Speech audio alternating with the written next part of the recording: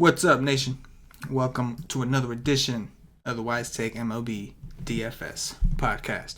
I'm your host, CK013. You can find me on Twitter at CK_013.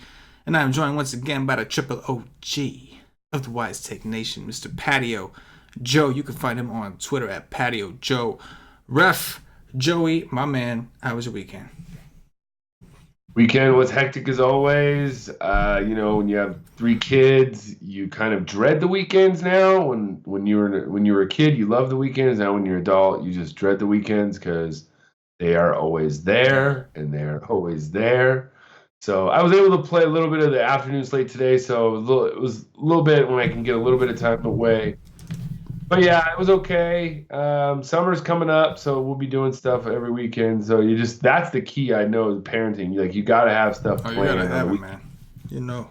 If you get them like cooped up in the house, like by like 2 or 3 o'clock, you're gonna want to. Oh, forget about it, bro. Your house is trashed. Your stuff, all your nice shit is broken. It's just like, I'm with you, bro. I'm with you. Like, just seeing. I'm not even a parent, but just seeing. I am an uncle. And I see what happens. I see what goes down. And I could imagine, man. I could imagine. But you were able to squeeze out a couple minutes today to build a team, I see. Yeah, a little bit, yeah. Rarity.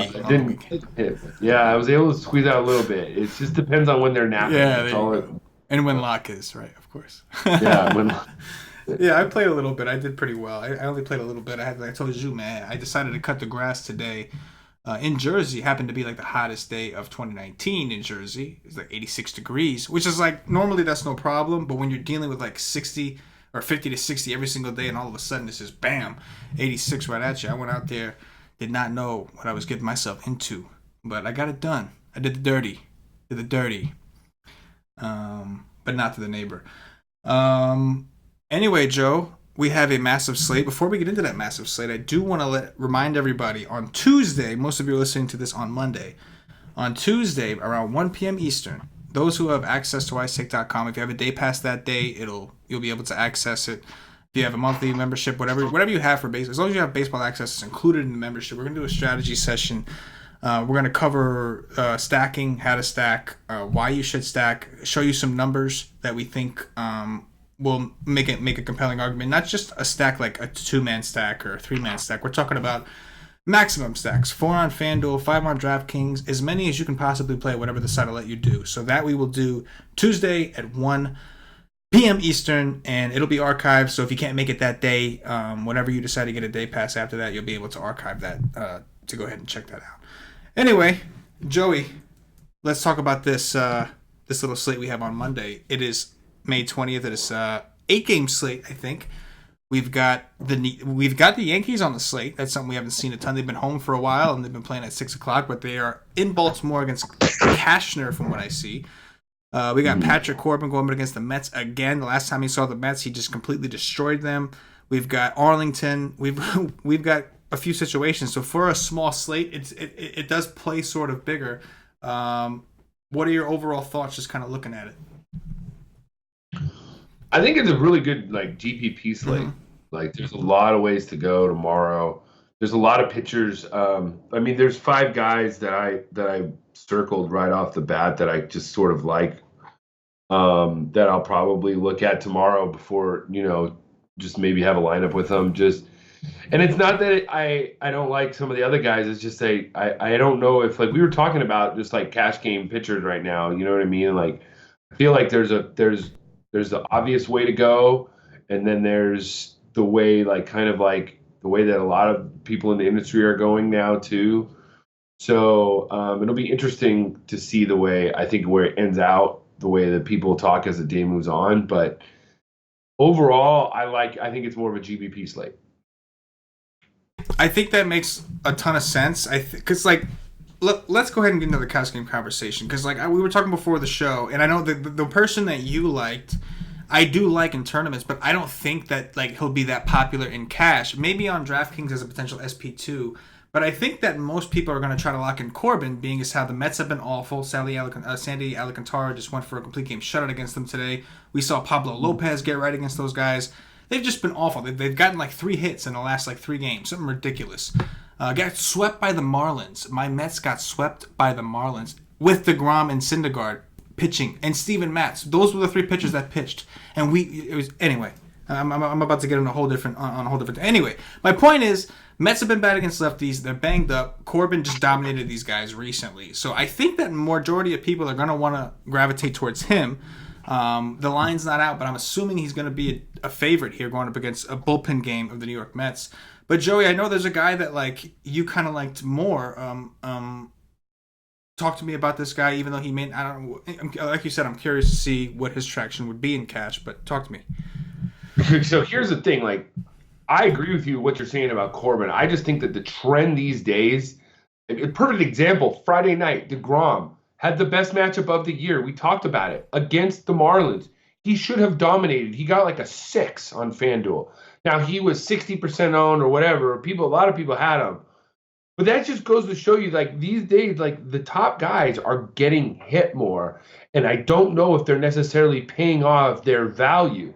So the reason why I'm looking at Weaver is just like these Padres have been like god awful. Like you can almost just slot in any right-hander against them, and they've been just so bad. I mean, they strike out the most against righties, and over the last 7 days, they're striking out pretty much the same. The thing about it is that the Mets are pretty much striking out almost the same amount against lefties. So it makes a compelling argument. So it's a matter of what value opens up tomorrow, I believe, on FanDuel to make you fit in another bat. Because if you pay down to Weaver tomorrow, you can fit in another 3 or 4K bat. If you only pay up at 10-8, almost at 11 tomorrow, you better hit on some of those value bats. If there's some value that opens up, I could see people going to Corbin. But if it doesn't, I feel like the trend on cash games now is pay down. You can afford some more bats that are in some good spots because these sites have been pricing up the hitters, generally speaking, this year as compared to other years. Yeah, I think it makes sense. We have seen the aces of a lot of these teams be a lot more volatile. I do think that, what happened to DeGrom, that just happens every once in a while. It's happening a little bit more this year than we're used to. Maybe that's because of the juice ball, whatever it may be. But I do think it's somewhat risky. Like just looking at it from a Vegas perspective, the Padres are minus 141 home favorites. So like they're a pretty sizable favorite. I understand this because Chris Paddock's on the mound. But still, you got Weaver who's an underdog. Like how much money are you really saving on FanDuel to where it's worth it for Patrick Corbin? Patrick Corbin is what, 10-8 over there and Weaver's 9-6? You're saving $1,200. Right. Like I said, you'll be able to get in one more bat. Right. So it's a matter of how you want to attack, what pitchers you want to attack tomorrow. In my opinion, like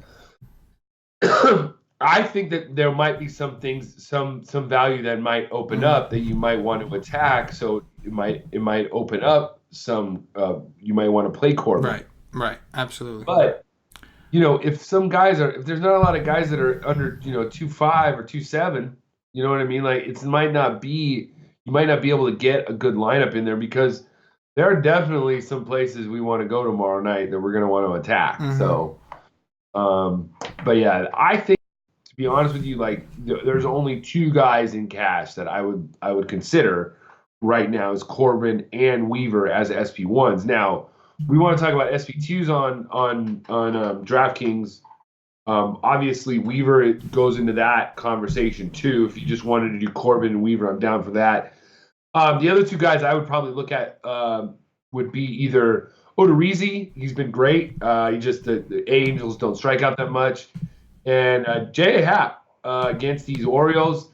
They strike out a ton against lefties too. So that's what I would attack tomorrow. Yeah, no, I'm with you, man. I think those are all viable options. I think you could even throw Peacock into that mix. If for a potential SP2s is 8,900 over here. There's actually SP2 seems to be like that's not like there's options there. It's not necessarily pretty, but there's options. The SP1 is going to be a big decision. Let's look at this from a tournament perspective.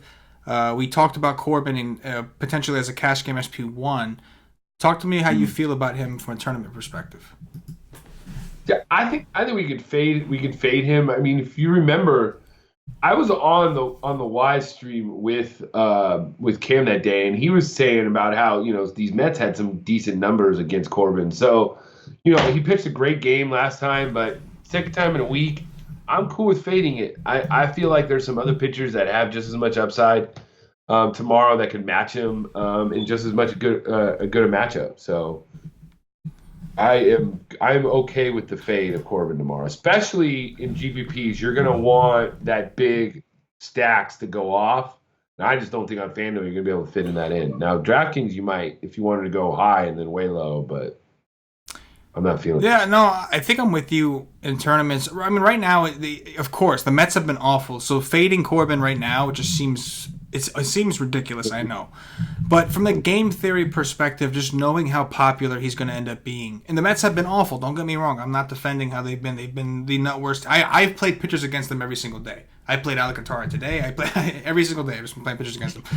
But it is a situation where, because of injuries, you may have a couple extra righties in this lineup. And one of the favorable things for Corbin is he would see so many lefties against the Mets. He still probably will see about 3 of them between Noel, Cano, McNeil.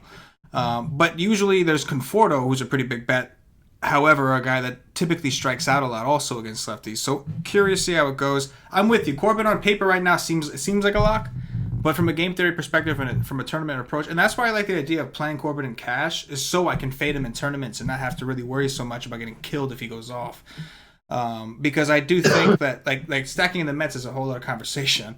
That's going to take some stones. But at the very least, just not playing Corbin and trying to either save some money, like you said, to afford an expensive stack to kind of just overweight those teams, over leverage those teams that did play him, or just finding a different high upside pitcher, just a pivot. Do you see any potential pivots for tournaments, Joe? I mean, to me, the guy that I like is Peacock. I just feel like he's had that ceiling game, and he's facing the White Sox. He's at home. He's going to be a high favorite. The White Sox, they strike out against righties pretty high rate. Let me get that right now. Switch that screen. Yeah, they're fourth most against righties. So that's the second highest on the slate next to the Padres. So if you're looking for strikeouts on FanDuel, Peacock has shown that he has that strikeout upside. So I'm with it. But the other guys, Mike Minor against the Mariners. Yeah, let's talk about that for a second. Talk to me about Mike Minor. I mean, the Mariners they don't hit lefties very well, so they're prone to strike out. They faced the other Renaissance pitcher this year, Martin Perez, on Friday night, or was it Saturday? It was Friday or Saturday night, and he struck out 8 guys. I mean, he was pretty dominant on Saturday or Friday, whatever what that was. But yeah, against lefties, the Mariners strike out the 10th most, and their hard hit contact is not that good. I think he showed his last start wasn't as good as it normally as he has been. So it's a little bit makes me pause a little bit, but I don't mind it. Like, Mariners are dead in the league in hard contacts against lefties. They're 10th in strikeouts. So I'd be willing to go with it in tournaments. Yeah, dude, like, I already know that if I lose tomorrow, it's going to be because I played one too many Mike Minor teams. And, like, I'm not necessarily... Like, Minor's got regression coming. He does. Do I believe he stepped it up a little bit this year? He's a little improved? Sure. But I do think he's got regression coming. The only reason I'm thinking about, like oh, my God, is because he's so close to Corbin and these other guys in price, nobody's going to play the guy. And, like, he has shown upside. Now, what he did against the Royals was sickening, but he still didn't get beat up. He just didn't strike anybody out. And like you said, Seattle, they have good ISOs, good WOBAs. Most of that is carried over from what they did at the beginning of the season when they started on that hot tear. Lately, like you said, they've got extremely, like, look at the hard contact rates of the starting lineup against lefties. Most of these guys are in the 20%. Low 20% in hard contact. So they're striking out a ton against lefties. They're not hitting them hard. This will be the true test and see how bad they are, because they're going to have a great park boost in Arlington. It's going to be warm, winds blowing in, all that stuff, so curious to see how they respond. But that's going to be like a boomer bust situation. Either Seattle is going to wreck him and then wreck that sorry bullpen behind him, or he is going to go out there and just pitch a gem and rack up Ks, right? Like I see it only going one of two ways. Mm-hmm. Talk to me about some of the other pitchers and then move on to some bats, Joe. I'm looking at some of the other pitchers. Like, the guy that's kind of like, wow, like, you looked at his price on FanDuel as Soroka. He's at 10K, and you're like, wow, how is he that much? But he's got a .98 ERA. He's got a good park boost, but he's just like the Giants don't really strike out much. So I'm not really feeling it at that price. But on a strictly ownership level argument standpoint, nobody's gonna have him. Like, I just don't see it. I do not see it at all. Like, what do you think about Soroka? Yeah, I think he's another one. Like, if you wanted to make a pivot off of Corbin and you were worried about pitching Minor in that stadium, I think Soroka is worth looking into. He's got an awesome park to work with. I know, like you said, the Giants are not a huge strikeout team, but Soroka is a guy that typically keeps the ball on the ground. And he's working with an enormous park. He's going to fall into some strikeouts. He's not the kind of guy that typically, go 7 innings, 3 Ks like Syndergaard did today. Can you believe that? Syndergaard went like 7 innings, only like 3 strikeouts against the Marlins. He's not going for the Ks anymore, but that's for a different podcast when we get Syndergaard back on. But yeah. Yeah, exactly. But yeah, I think you make a good point with Soroka as another potential pivot in tournaments. I think it's a pivot strictly from an ownership level. Yeah. He goes off, you'll just go straight to the line because nobody can have him. That's it. If you're not playing Corbin, unless you're trying to save money, at least on DraftKings, we have to roster 2 pitchers. Unless you're trying to save money, if you're going away from Corbin, you're probably going to want one of those guys, Minor or Soroka, and that could be the pivotal one. Like, Soroka seems like the safer bet, but I think based off matchup, Minor kind of has the higher ceiling just based off matchup. Seattle strikes out. Giants are a little more tough to strike out. So, but again, like, Soroka is a much higher floor. You would think the Giants aren't exactly a good offense, Yeah. I mean, what about like on FanDuel? Like on FanDuel, I always like to go at the bottom and see, okay, where would I stop and be like, okay, that's as far as I'm going to pay down tomorrow. Right. You know what I'm saying? Like, to me, Peacock at 7-8, I said, he's shown the upside of 67. You know what I mean? Like, against Kansas City. Yeah. He hasn't. It's the first time Chicago's seen these guys, and I realize Chicago's got some good bats. I'm not saying they don't, but they can strike out like anybody. So, what do you think about Peacock, especially his price on FanDuel? I like it. I think that, like, I don't mind it, but the White Sox do have a lot of lefties these days. So, and there's wind supposedly blowing out, so we got to see if that roof is open or closed. I don't mind Peacock. I never do. I was one of the fortunate people to have him that day. He went ham. But the White Sox are like, the strikeouts are going to be there. It's just a matter of are you going to be okay, because you suck against lefties, and the White Sox are going to be left-handed. But I do like it on FanDuel at 7-8. He's definitely the lowest I would go over there. One more guy I'm going to ask you about, because I don't know how I overlooked this guy. We were talking about Minor, talking about Soroka. We didn't talk about Chris Paddock, the only other guy that's up there. In that same game with Weaver. Talk to me about Chris Paddock, your thoughts, cash games, tournaments, because he could contend. I think because the Arizona D-backs are projected for 3.5 runs right now, I think Paddock could contend. For the people that don't want to play Corbin, I can see people trying to play Paddock.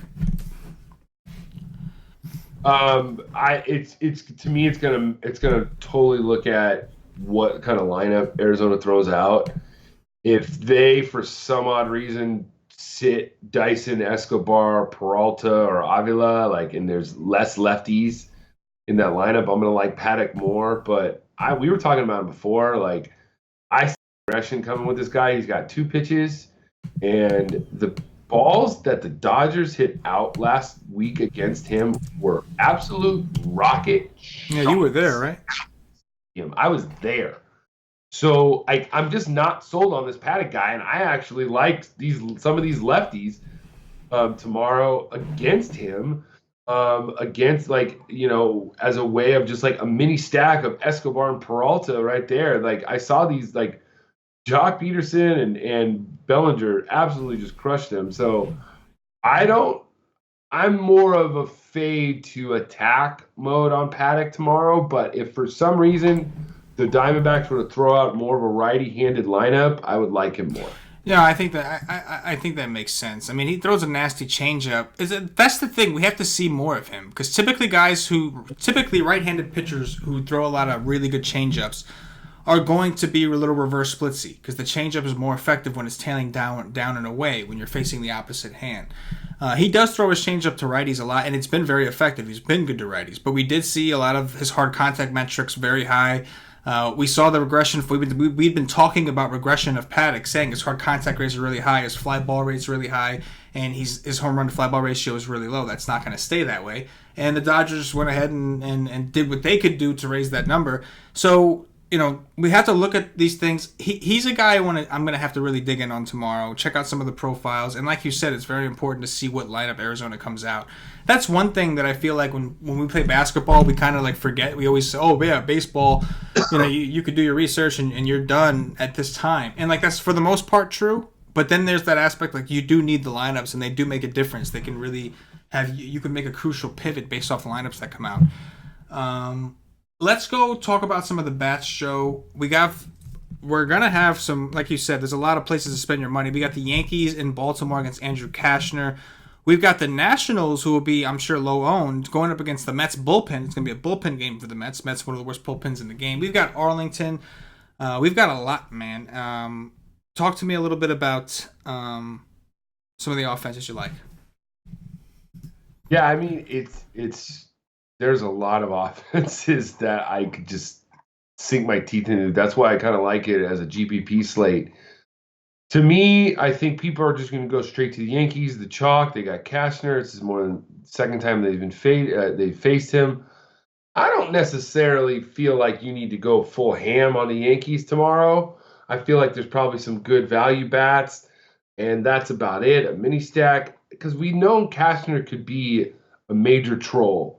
So I'm always good with fading the Yankees when it comes to a team stack. It just, they never really are on the slate. So it's like, I see it and I see why the people are going to go there, but it's not for me. The team that right now I'm looking at is the Cubs, the Astros, and the Twins. You got the Cubs going against Arrieta coming back into Wrigley. Cubs are probably one of the hottest teams in baseball right now. Chris Bryant is just amazing. He had 3 home runs in 3 consecutive innings on Friday night. That was just awesome. Kyle Schwarber too he's been heating up once they moved him up to the top of the order. So I like that, and I like the Cubs. Astros obviously probably won't have Springer tomorrow. He got hurt today. He got pulled, so I don't really see him in the lineup. We'll see what lineup that they throw against him. Like Banuelos should be starting, so we'll see if there's a right-handed lineup. Maybe some of those guys will move up that normally don't hit up. Right now they say that Reddick's going to hit second. I'm not really buying that. And then the Twins are going to be facing Taylor Cole. It looks like it might be another bullpen game or something for the Angels. I think Peña's slated to come in second. Yeah. Okay. So you basically got to look at what Peña throws. And I don't mind these Twins. I'll always play the Twins. And like I said before, I think the team people might not even look at is the Braves also. They kind of look interesting to me. I'll start with the Yankees. I'm with you. I feel like they're one of the first offenses going. I think they'll do well, but we have a lot of other offenses, and we have a lot of easy ways to get different on the slate without sacrificing upside. So I'm fine with the Yankees. It's a great park. I also think you could look at Baltimore in this same game. I'm not totally sold on what we've seen from J.A. Happ. I think Mancini, VR, Wilkerson, some of these guys are in pretty good situations in Baltimore, the small park. But I'm fine with the Yankees offense. I think that, number one, just looking at it from a home run, some of the pitchers with home run per 9. J.A. Happ has the second highest home run per 9 in 2019 so far with a 2.03. So I think Baltimore's on the radar. The Texas Rangers are going up against Mike Leake. Leake is right under Happ at 1.83. And then there's 2 more offenses I'll just mention quickly. I'm sure there's a ton we can go into and talk about. But what is it? The Braves are the lower-owned offense I do like. They're going up against Suarez, who's not good. The only issue we have here is the massive park. But sure, we like the Braves against lefties. They're about to see a bad pitcher. That's fine. But the team that I think we need to really, really look at is the Twins, like you said, man. They have just been on a rampage, not just playing well. They're hitting a shit ton of home runs. The Twins are hitting a ridiculous amount of home runs. And they're going up against Felix Pena. Well, we know Cole will open the game, but Felix Pena at some point is going to come into this game. And Felix Pena actually has the highest home run per 9 on the slate at 2.08. He's first. So once again, we've got the Twins against a home run prone pitcher. It's in the Angel Stadium, which for some reason, on a lot of different statistics me and Paul have been looking at, the ballpark is actually showing up as for some reason there's been more home runs in this park than usual this year. So I'm with you, man. Oh no, they moved in the fence in right field. Oh, is that what they did? That's what they did. No, that's why Justin Bour. They thought Bour was gonna be really good there because he's a lefty, and they thought that he would be able to turn and pop him out a little bit easier. Interesting. So that would explain why Listella's going on such a rampage this year. Mm-hmm. So that's awesome. Even better, because the Twins that you're the most excited to play are the lefties: Eddie Rosario, Max Kepler, Jorge Polanco.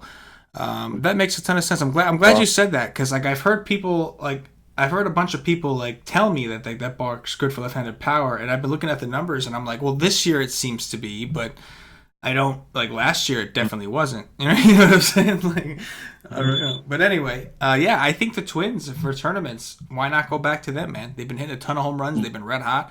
We're not worried about this pitching staff we're going to see. Once Cole's out of there, you got Pena, who's giving up the most home runs. I'm with you, man. I think the Twins make a lot of sense. And they're going to be lower owned because they're in a huge stadium, and the Twins aren't a team that everybody loves to play. I can't tell you how many times this year that they were projected to be chalk, and they weren't nearly as chalky as people thought they were going to be. Maybe one player would happen. We still haven't gotten to the humid days of summer either. Oh yeah. Once that park over there gets nice, hot, and humid, and we get that weather pretty much everywhere, it's going to be glorious. But look at it now. Probably now, think about it, the Rangers will probably be this. Yeah. The second. Oh yeah, without a doubt. Without a doubt. With this, you see that winds 21 miles blowing in.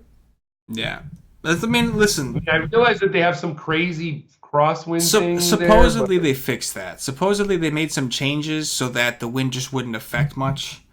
Because it used to be a wind tunnel environment, or really bad. When wind was blowing in, you take the offenses there, and I think we've still seen that trend. I think we're still, maybe not as extreme, but I think we are seeing a little traits of that. So I don't really pay much attention.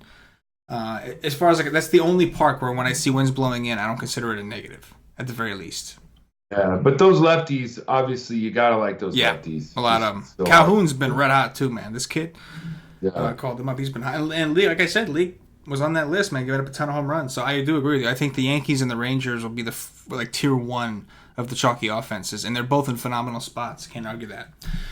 That's going to do it for the slate breakdown, Joe. At this point, we'll do the cash game cores, move on with our lives, understand Joey's got the finale, the series finale of Game of Thrones to watch, so we want to let Joey go do his thing.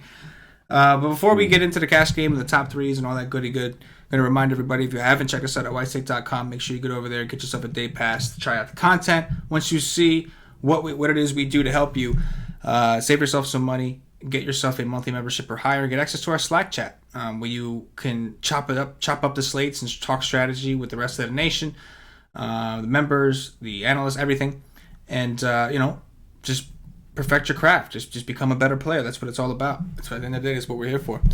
Check us out, whitestake.com. Anyway, Joe, cash game core. What are you thinking for the for the first look example? Are you going with Weaver over Corbin on FanDuel? Because let's go with Corbin right now. All right, cool. Corbin. All right, so we're going with Corbin. DraftKings SP2. What are you thinking? I would say let's go with Weaver because they're right around the same spot as the other guy. I'm thinking price, right? Weaver is 8.5. Yeah, he's 8.5. So yeah, right around where everybody else is. So let's do that. All right. Who is the cash game stud you want to get up in here? The cash game stud I want to try tomorrow. Let's go with